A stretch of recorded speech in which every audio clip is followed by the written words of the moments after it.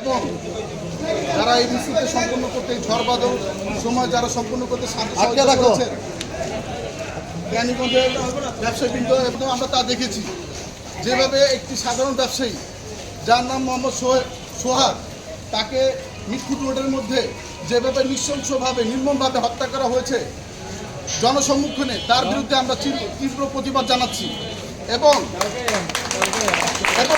যারা এই হত্যাকাণ্ডের সাথে জড়িত আছেন পরোক্ষভাবে এবং হেল্পিং হ্যান্ড হিসেবে যারা কাজ করেছেন যারা এই ব্যাপারে সাহায্য সহযোগিতা করেছেন এবং যারা ইন্ধন দিয়েছেন তাদের প্রত্যেককে চিহ্নিত করে আমরা তাদের সর্বোচ্চ শাস্তি ফাঁসির দাবি জানাচ্ছি বর্তমান বাংলাদেশ সরকারের অধীনে এবং বাংলাদেশ সরকারের প্রধানের প্রতি। আজকে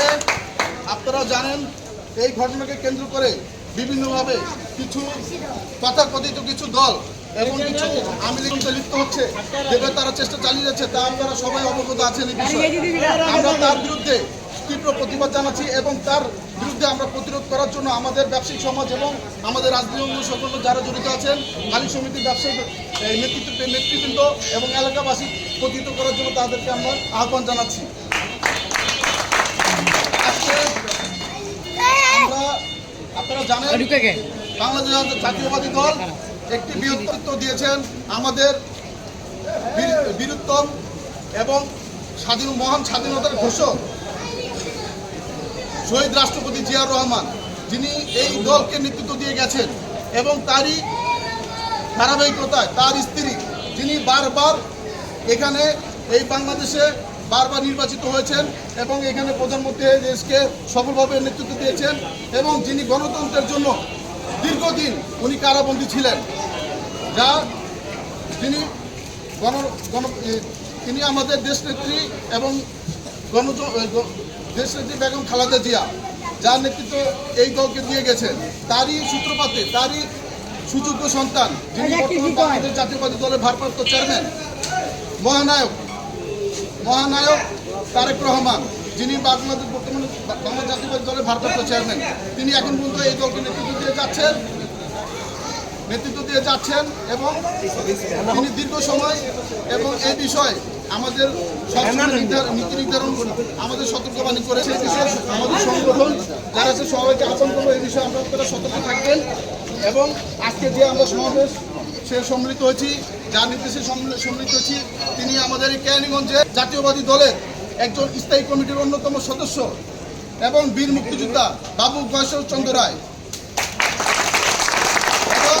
কেরানীগঞ্জ মা মাটির মানুষের নেত্রী ঢাকা জেলা বিএনপির নির্বাহী কমিটির বাংলাদেশ জাতীয়বাদী দলের নির্বাহী কমিটির অন্যতম সদস্য এবং ঢাকা জেলা বিএনপির সাধারণ সম্পাদক কেরানীগঞ্জ থানা বিএনপির সংগ্রামী সভাপতি অ্যাডভোকেট নিপুণ রায় চৌধুরী, যার নেতৃত্বে আমরা এই সমাবেশে সম্মিলিত হয়েছি। যিনি প্রতিদিনই ঘটেছে তার বিরুদ্ধে তিনি সর্বোচ্চ প্রতিবাদ জানিয়েছেন এবং যারা এই চক্রান্তের সাথে জড়িত তাদের সর্বোচ্চ শাস্তি ফাঁসির দাবি জানিয়েছেন। বাংলাদেশ জাতীয়বাদী দল একটি জনগণের দল, বাংলাদেশ জাতীয়বাদী দল একটি বৃহত্তম দল, সাধারণ মানুষের দল, 16 কোটি মানুষের দল, যে দলকে আপনার সর্বপেশাজীবী মানুষের দল, যে এই দলকে